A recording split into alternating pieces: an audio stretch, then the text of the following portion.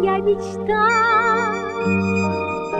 Какая жизнь настала бы тогда.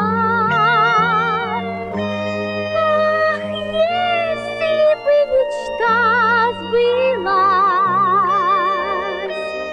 какая жизнь тогда бы началась. Моя мечта – стать самым успешным стоматологом Крыма. 3 детей, вот нужен дом побольше.